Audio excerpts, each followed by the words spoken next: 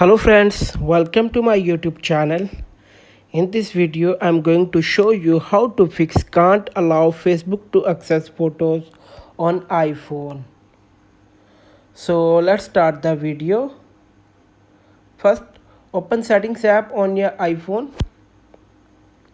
On the Settings menu, scroll down to find Privacy and Security and tap on it.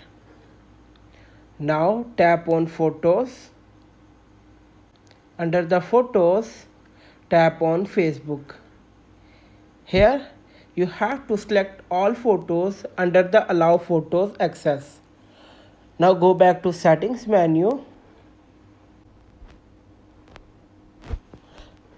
Scroll down to find Facebook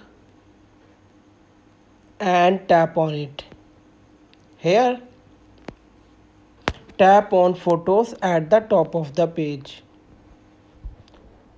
Under the photos, make sure that all photos is selected.